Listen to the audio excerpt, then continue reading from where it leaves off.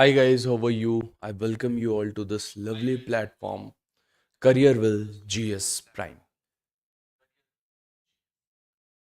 So guys, now in this lecture we're going to talk about the current affair. As you people know that current affair plays a very important role in our examination as well as in our interview also. So we have to do a detailed analysis of the current affair. Along with the current affair, we're going to understand about the things which are related to static GK. So these things will boost our preparation. Okay. So we will do current affair in the form of MCQ, and in an upcoming session we will do the analysis as well. So guys, for each question, I'll give you the 30 seconds, and in 30 seconds, you people have to answer that particular question. And in that particular time phase, I'll discuss the thing which are related to the static GK. So before starting the current affair, let me introduce this particular thing with you. And let me introduce myself. So guys, my name is Shivam Pandey, and I'm your current affair mentor. Now, guys, remember one thing. When we talk about current affair, a lot many students ask me, sir, what are the sources of current affair? So when we talk about the sources of current affair, there is the Hindu,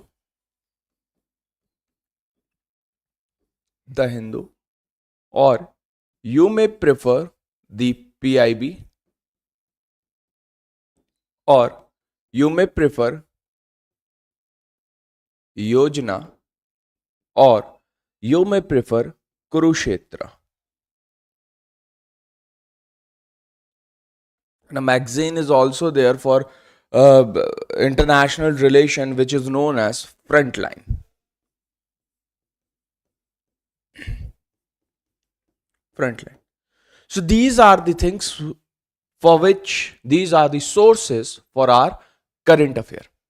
Now, guys, when we talk about this particular question, the question says who has been appointed as RBI new executive director, ठीक है, ED of Department of Economic and Policy Research, DEPR. So you have to answer this particular question. Now guys, when we talk about the RBI, so RBI was established on 1st of April 1935. RBI was established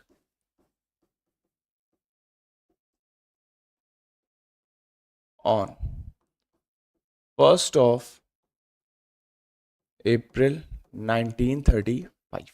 Okay. And after this, when we talk about the next thing about RBI, that is the RBI Act was passed in 1934, which has made the through RBI Act 1934, RBI was made. Now guys, after independence, RBI was transferred to government. For this particular purpose, RBI transferred to Public Ownership Act 1948 was passed, by which RBI was made nationalized. RBI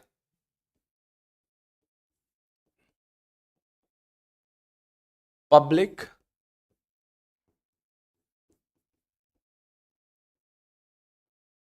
Transfer Act 1948 was passed, and by this particular thing RBI was nationalized.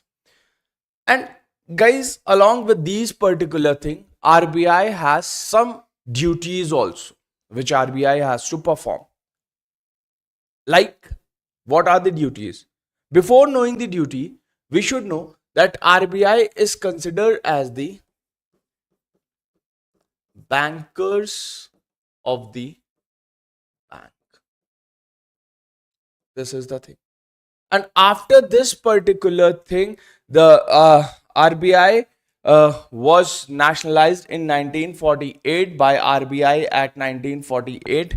And remember one thing, the nationalization took place on 1st of January 1949.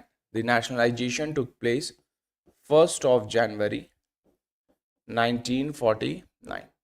And RBI has some duties like traditional duties and all responsibilities, that what we call. And guys, when we talk about the responsibilities of RBI, we have two different responsibilities of RBI. We have traditional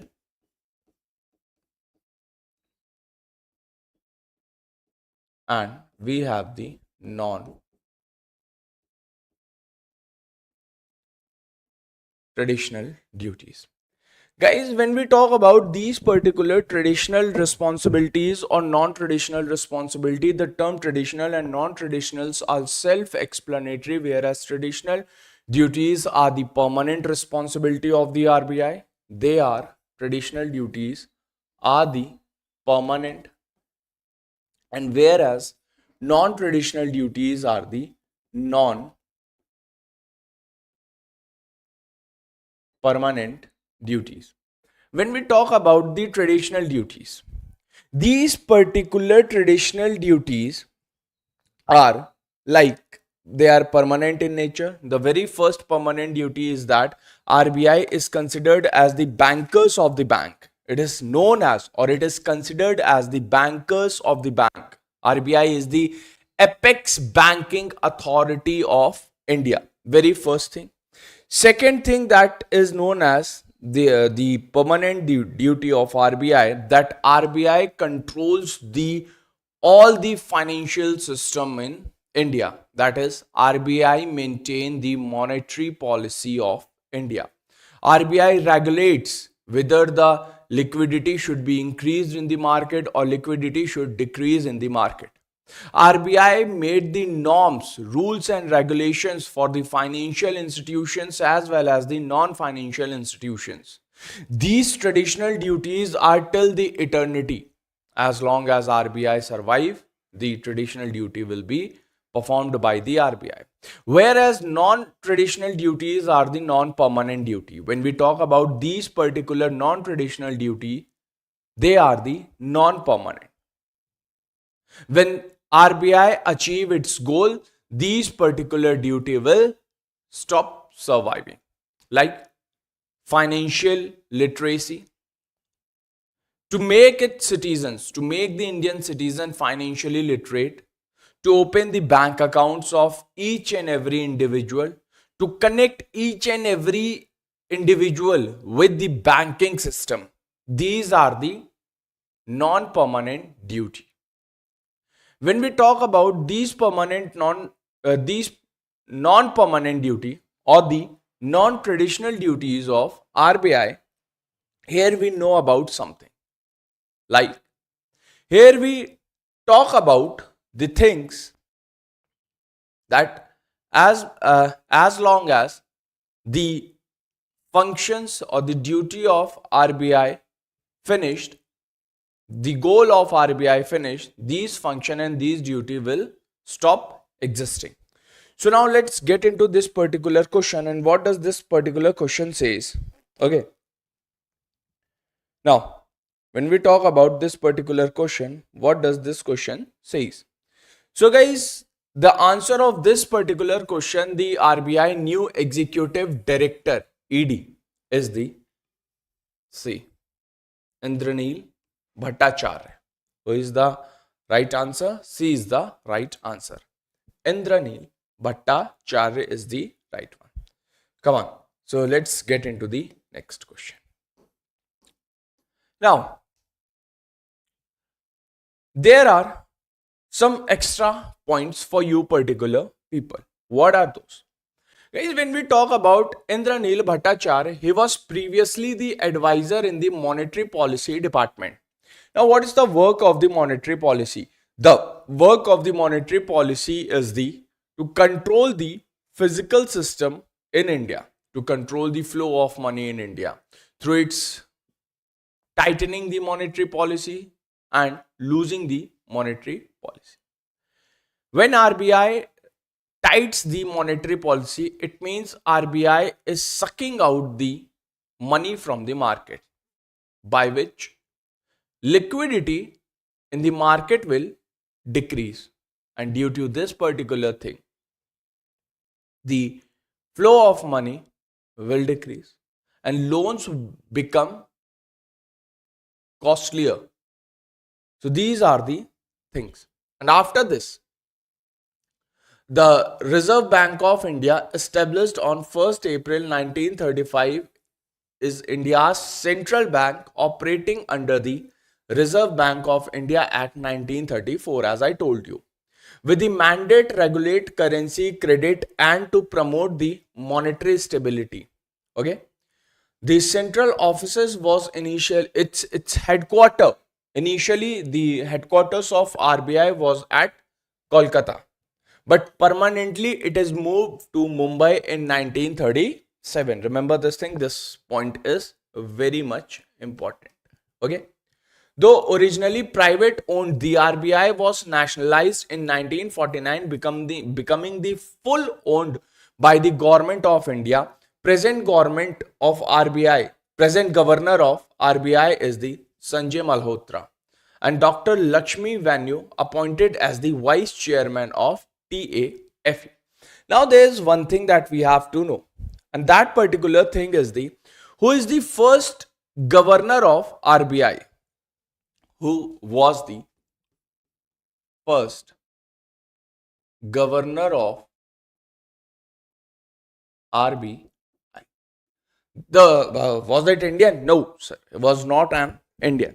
When we talk about the first governor of RBI, the first governor of RBI was Osborne Smith. What was his name? Osborne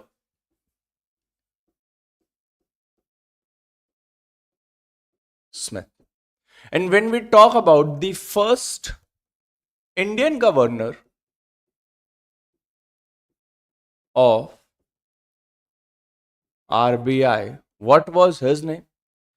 His name was, the first Indian governor of RBI was C.D. Deshmukh. What was his name? His name was C.D. Deshmukh. Okay? Sure. And what is the full form of TAFE? Tractors and Farm Equipments Limited.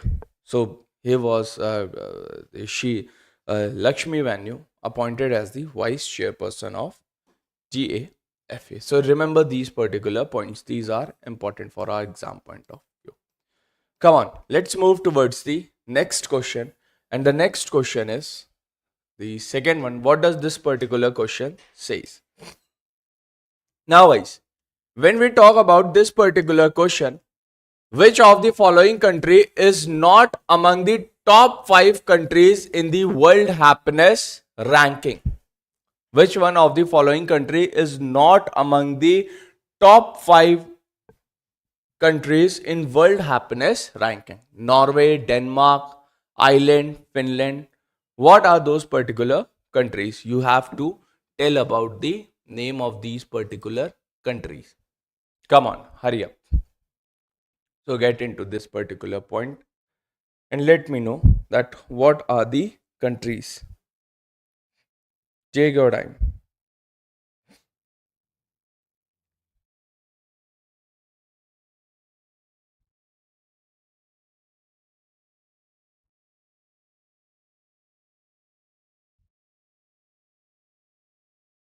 Take your time and answer the question. What are those countries?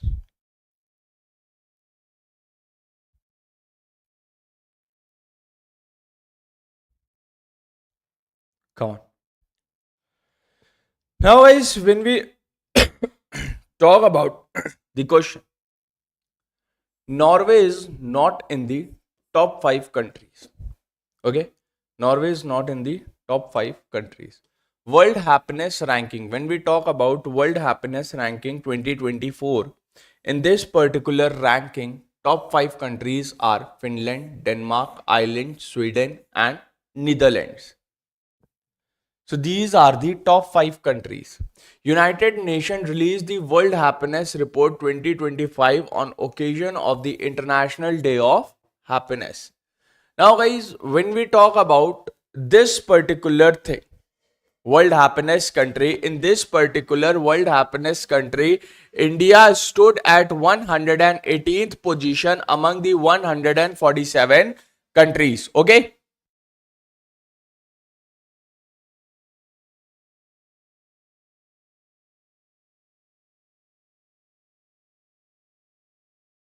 India is standing at 118th position among the 147 countries.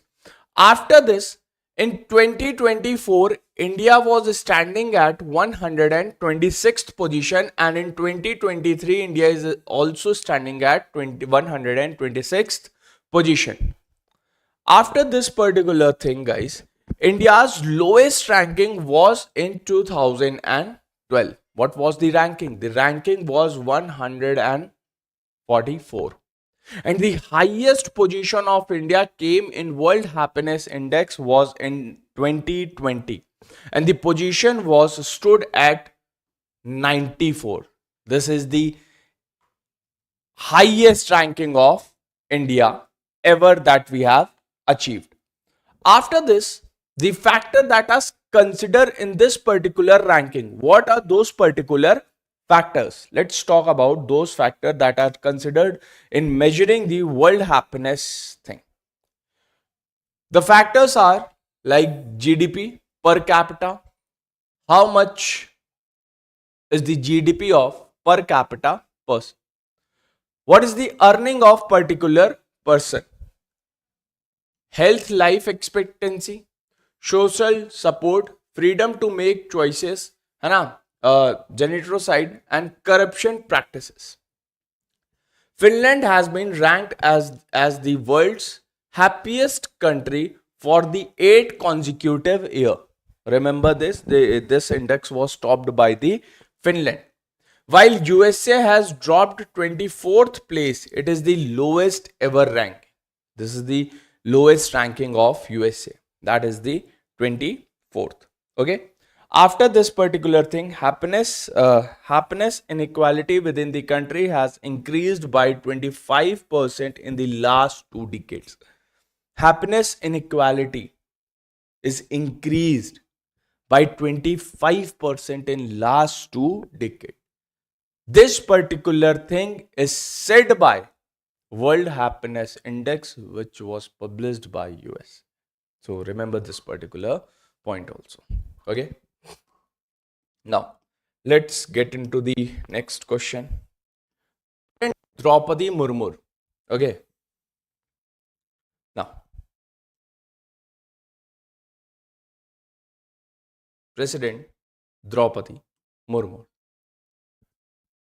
presented Ramnath Kovind award in the field of. In which field she has awarded Sri Ramnath Kovind, the former President of India. Now guys, when we talk about the President of India is in article number 52. Article 52 of Indian Constitution deals with the President. What does this article says? This article says that there should be a President of India. And the executive power of the government of India, of the Union of India, is vested in the President. The executive power. Execution means, so the execution of the law. When President give his signature on any particular bill, then only that particular bill came into existence, and that particular bill is known as the act. So remember this particular point also. So the executive power of the union in the President is vested, who exercise it either directly or through the officers who are subordinate to him, to President. Guys, I have used a term union. What does this term mean? Where this particular term union is mentioned in constitution. This particular term union is mentioned in article 1.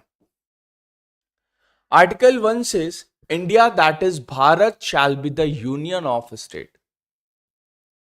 We have used two names, India and that is Bharat.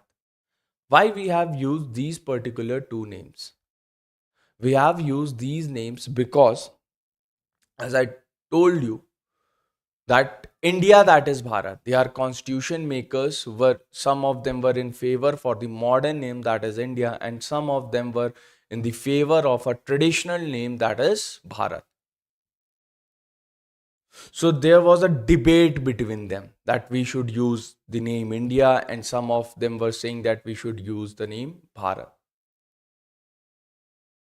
So to maintain a peace and harmony in the Constituent Assembly, we have used these particular two names. India, that is Bharat, shall be the Union of India. Okay, so let's get into the president.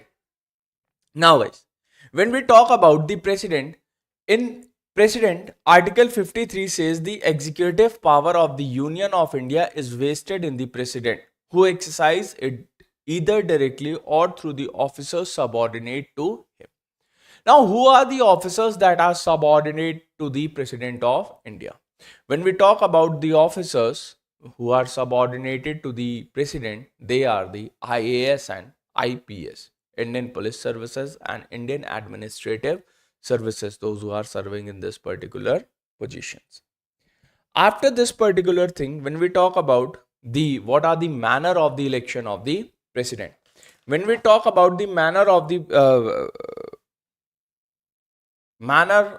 election of the president, there is the proportional representation system through single transferable vote. What is the manner? Proportional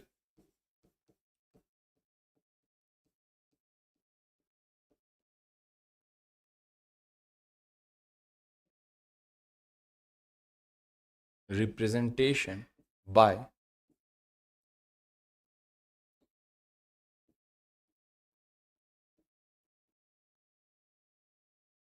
transferable vote. Okay. So, right answer is the generalism. Ramnath Kovind has awarded in the field of generalism. Okay. So, next, let's get into the points. Ramnath Kovind Excellence in Journalism Award were presented by the President Draupadi Murmu to honor the outstanding contribution in Indian journalism. Uh, Mridulika Jha, in Hindi, it is written Mridulika Jha, which is from Aaj reporter on the donkey route, है ना, migration crisis. She has given its report in this particular thing.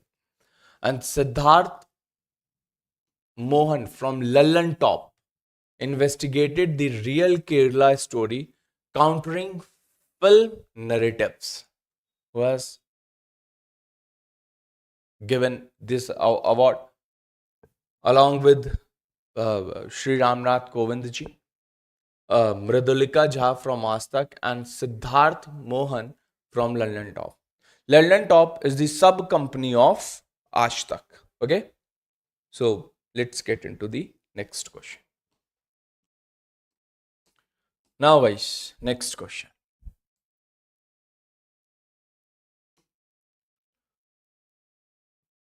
Country's first nuclear facility in North India has been launched in which state?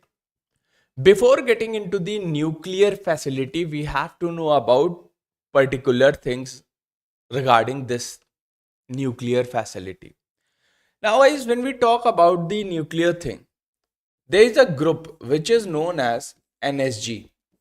NSG stands for Nuclear Supplier Group. If any country is the member of the NSG, then that particular country will easily have the access of the nuclear uh, fuels like uranium, thorium, plutonium, and the nuclear technology for these civil purposes. But there's only a backdraw, and that is the if a country wants to become the member of NSG, then that particular country have to sign the NPT. What is NPT? Non-Proliferation Treaty. When we talk about NPT, guys, India also wants to become the member of NSG. But the only challenge is that we have to sign the NPT. For that particular thing, we want that India should get the membership of NSG but without signing the NPT. What are the backdraws if we sign the NPT? Guys, the backdraw will be that we will not be able to make the nuclear weapon in future. No nuclear weapon manufacturing in future. We have to destroy all the nuclear weapon that we are having right now. The watchdogs of the watchdogs of IAEA can visit any place in India where they want to visit. This means that we have to compromise with the security of India. So these are the backdraws. So India is planning for the NSG but without signing the NPT. For that particular purposes, in 2014, the US President Barack Obama had visited the India on 26th of January. No, he was not here for the cultural program. He was presented in India to discuss about the NSG. And at that particular time, our Prime Minister Shri Narendra Modi was there. Present Prime Minister. So, Modi ji said that we want the membership of NSG but without signing the NPT. So, USA said, sir, this is not possible. For getting the NSG, you have to sign the NPT. So, our leader, head of the government said that, sir, USA is doing billion of dollar trade with India.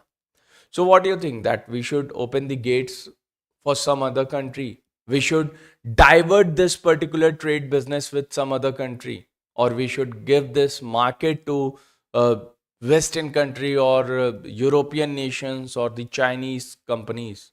What you want? So at that particular time, Barack Obama said that, okay, we are confirmed, we are good with this particular thing. Apply for the NSG. We'll look into the matter, how we could help you. And for this particular thing, in 2015, in 2016, India has applied for the NSG membership.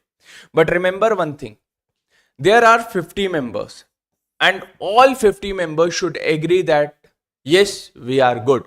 If any of the one country has put the veto, then we'll not be able to get the membership.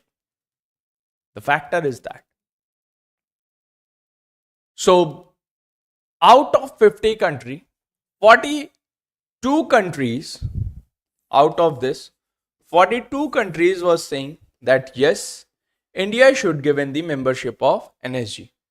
But only there are few countries like China, only 8 countries like China and its friends was saying that India should not get the membership without signing the NPT. China was saying that, okay, if India is getting the membership of NSG, then why not Pakistan? Pakistan should also get the membership of NSG without signing the NPT. India is saying that, sir, put your NSG in your pocket. We don't need it. But we don't want Pakistan to become the member of NSG. Why? If Pakistan become the member of NSG, then it will use this particular fuel for weapon production, not for the civil production. In civil production, we will do the production of electricity. And in military aspect, we do the production of that particular nuclear weapon. So India says that we don't want Pakistan in NSG. India has given its point. Point number one, India is saying that, sir, look our portfolio. Our profile is very decent. We has never given the irresponsible statement like the other countries' leaders were giving. We have never said that we have a button on our table that will press that button and nuclear weapon will fired on that particular country. We have never ever made this particular statement. Sir, we are peace loving nation. Second thing, that we are the peace loving nation. And sir, third thing is that, sir, we are the member of Australia group. Sir, we are the member of Vasenar. We are the member of Vasenar. And guys, we are the member of MTCR. Then why not NSG? Then why not NSG? And India has offered one thing to China. That what is that particular thing? India is saying that China is not the member of MTCR. MTCR stands for Missile Technology Control Regime. So for that particular thing, China needs the India for becoming the member of MTCR for this particular thing. Hi everyone. Hi, good morning guys. For this particular thing, India needs the membership of, China needs the membership of agreement of India. China needs to agree India for getting the membership of MTCR. So guys, when we talk about MTCR, in MTCR, when a country makes the missile, then the distance of that particular missile is fixed, that you can't exceed the range. But once you become the member of MTCR, then you can exceed any limits of that particular missile. And for that particular purpose, you have to become the member of MTCR. But China is not the member of MTCR. India is saying that we will not obstruct your membership in MTCR. You don't obstruct our membership in NSG. So these are the things. And in future, India will again apply for the NSG membership. So it's a wait and watch situation. Come on, let's move towards the next thing. Next question. Okay. What does next question says? India's fifth PPP green waste processing plant will be set up in which country? Lucknow, Noida, Indore, Mumbai. This is the last one of today's session. This is the last question. So what would be the right answer? So get into this. Green waste processing plant will be set up in which country? Lucknow, Noida, Indore, or Mumbai? Sir, first PPP, public-private partnership. So this particular green waste processing plant will be set up in the city of Indore, which is the cleanest city of India. Indore is the cleanest city of India, and it is consecutively getting the first rank every year. And trust me, yes, it is the cleanest city. The civic sense of Indore is very good than any other cities. Okay. Now, what are the things?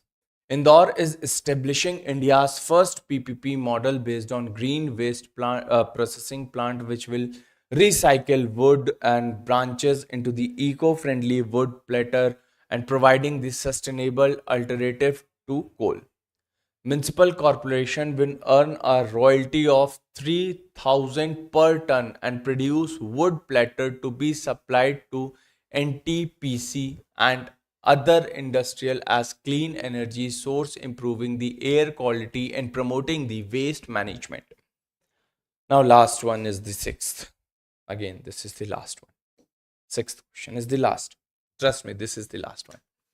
So what does this question says? Which state government organized Watan Ko Jano program? Which government has organized this particular program, Watan Ko Jano?